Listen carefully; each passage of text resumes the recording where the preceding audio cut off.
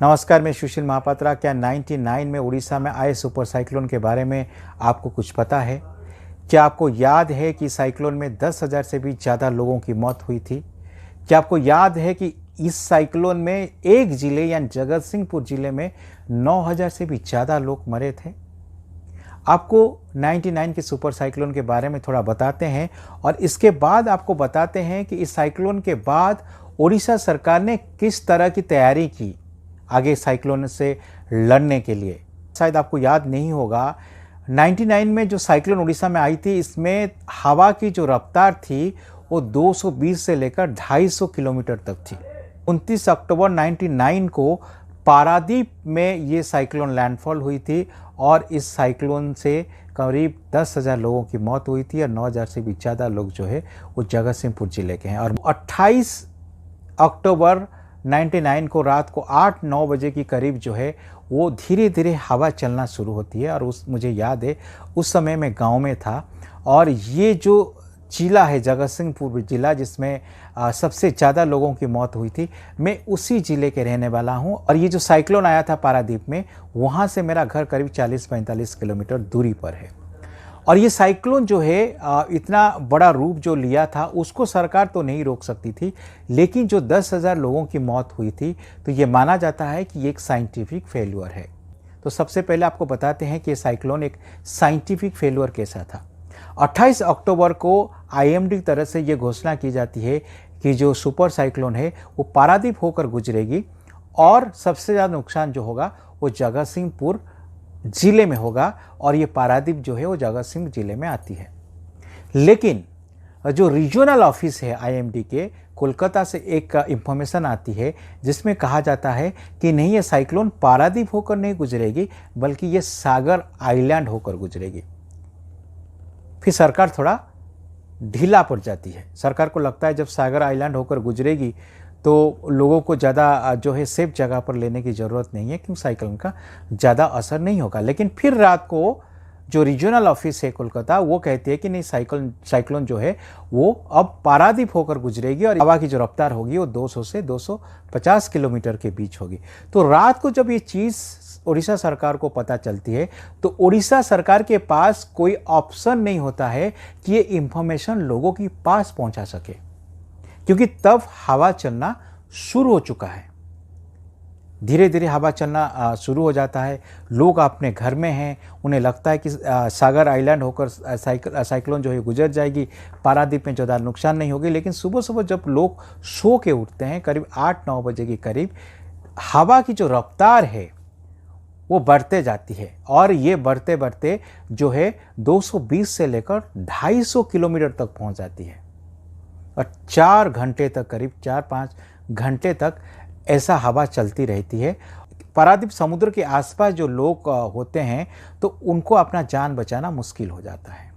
समुद्र की जो पानी है वो जो लहर है वो करीब 9-10 फीट की ऊंचाई से वो 25 किलोमीटर 20-25 किलोमीटर जो वो लैंड की तरह आ जाती है, लैंड के अंदर आ जाती है। तो जो लोग जो है वो पक्के के मकान में रहते हैं, जिनका डबल स्टोर है, वो तो ऊपर चले जाते हैं। लेकिन जो लोग कच्चे के मकान में रहते हैं तो वो लोग क्या करते हैं, अपनी जान बचाने के लिए वहाँ से भागते हैं। कई लोग तो पैसा लेकर भागते हैं लेकिन लहर के सामने हार जाते हैं, पानी के सामने हार जाते हैं और इसी तरह ज़्यादा से ज़्यादा लोगों की मौत हो जाती है। और जब साइक्लोन बंद हो जाती है, जब लोग अपने लोगों को ढूंढते हैं तो कई जगह लोगों की डेड बॉडी मिलती है और लोगों के हाथ में पैसे मिलते हैं, क्योंकि लोग जो पैसा लेकर भागे हुए होते हैं वो अपने आप को बचा नहीं पाते हैं।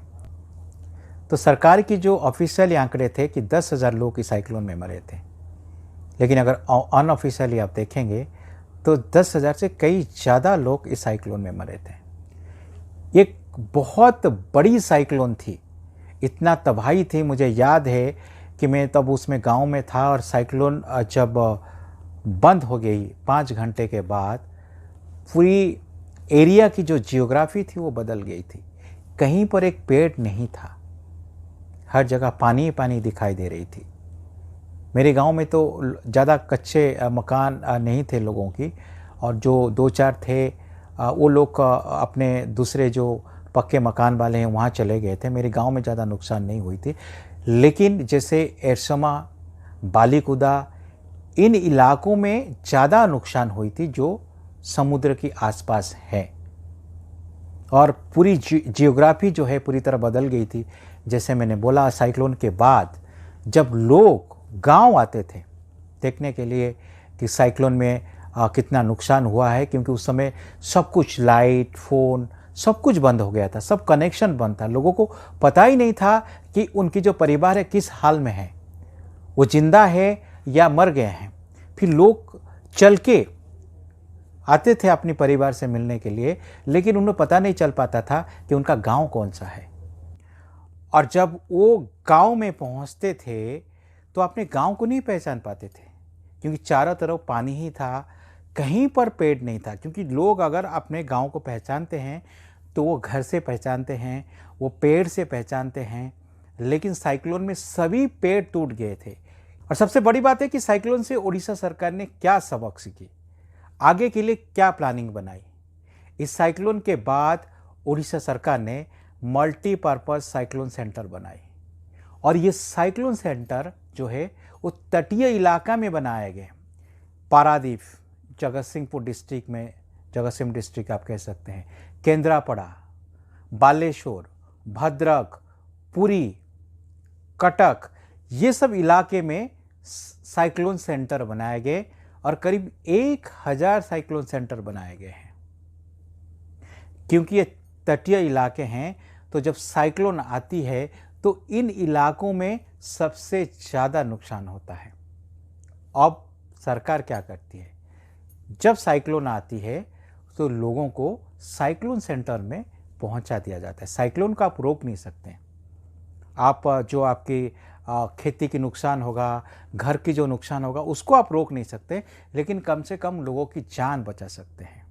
और इसके साथ साथ जो गलती सरकार ने की थी 99 में, कि लोगों के पास इंफॉर्मेशन पहुंचाने के लिए कोई जरिया नहीं था, वही ओल्ड सिस्टम था। लेकिन जब साइक्लोन शुरू हो जाती है तो इस सिस्टम काम नहीं करता है। मेरे पीछे जो फुटेज आप देख रहे हैं, ये फोनी का फुटेज है। 2019 में जो साइक्लोन उड़ीसा में आई थी, वो फोनी उसका नाम था। और इस साइक्लोन में जो रफ्तार थी हवा की, वो कोई कम नहीं थी, 180 से 190 किलोमीटर था। और इस साइक्लोन में काफ़ी सारे नुकसान हुआ था, लेकिन ज़्यादा लोगों की मौत नहीं हुई थी। और इसकी वजह यही थी कि ये जो साइक्लोन सेंटर सब बनाए गए थे, मल्टीपर्पज़ साइक्लोन सेंटर, और इसके साथ साथ जो ईयरली वार्निंग सरकार ने लोगों को दी थी, जिसकी वजह से लोगों की जान बच गई थी। और 45 दिनों के बाद मैं साइक्लोन को कवर करने गया था, देखने गया था कि किस तरह जो है नुकसान हुआ है। और पूरी डिस्ट्रिक्ट में ये जो तस्वीर आप देख रहे हैं, ये जो फुटेज आप देख रहे हैं, ये पूरी डिस्ट्रिक्ट का है। और पूरी ज़िले में मैंने गया था। और जब गांव में गया 45 दिनों के बाद, मैंने देखा लोगों की हालत ऐसे ही है। उनके छत जो है सब उड़े हुए हैं, लोग बाहर सो रहे हैं।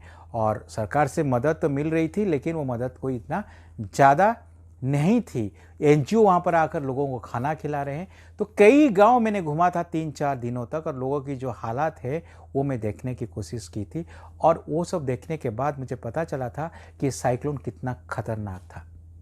लेकिन फिर भी ज़्यादा लोगों की मौत इसलिए नहीं हुई क्योंकि पहले लोगों को वार्निंग दिया गया और लोगों को मल्टीपर्पज़ साइक्लोन सेंटर लिया गया, और वहाँ पर उनकी जान बच गई। और 99 में साइक्लोन में ये नहीं हो पाया, क्योंकि ये मल्टीपर्पज़ साइक्लोन सेंटर नहीं थे। उड़ीसा सरकार को पता ही नहीं था कि साइक्लोन में इतना डैमेज होगी, इतना नुकसान होगी। वार्निंग सिस्टम भी जो है वो पूरी तरह वहाँ पर नहीं था, लोगों के पास इंफॉर्मेशन नहीं पहुँच पाता था। और आपको एक बात बताता हूँ कि 2019 में फोनी के दौरान एक अलग तरीके से लोगों के पास इंफॉर्मेशन पहुँचा जाता था। एक तो आप अर्ली वार्निंग सिस्टम था ही था, इसके साथ व्हाट्सएप ग्रुप सब बनाए गए थे, जिसमें डीएम से लेकर नीचे लेवल के जो अफसर थे वो सभी जुड़े हुए थे, और सभी इंफॉर्मेशन उसमें तुरंत शेयर किया जाता था। और जो अफसर होते थे नीचे लेवल के, जो ग्राउंड में रहते थे, वो इंफॉर्मेशन लोगों को अर्ली वार्निंग के जरिए पहुंचाते थे, और इसके बाद लोगों को साइक्लोन सेंटर लिया जाता था।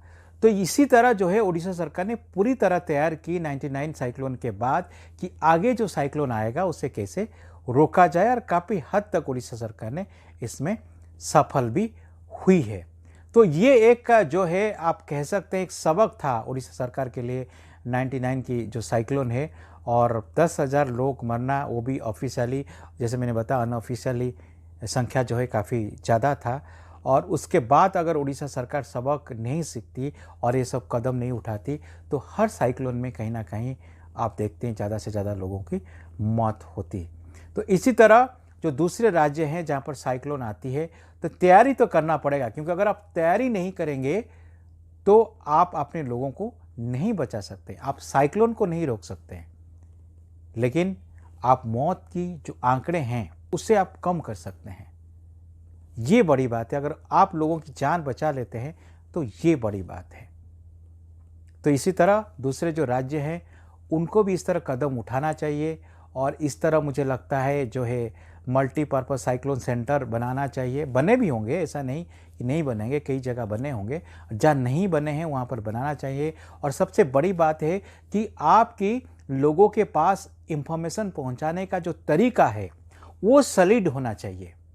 अगर वो ठीक है, सही समय पर लोगों के पास इंफॉर्मेशन पहुंच जाती है तो फिर जान बच सकती है। आज के लिए इतना ही। नमस्कार।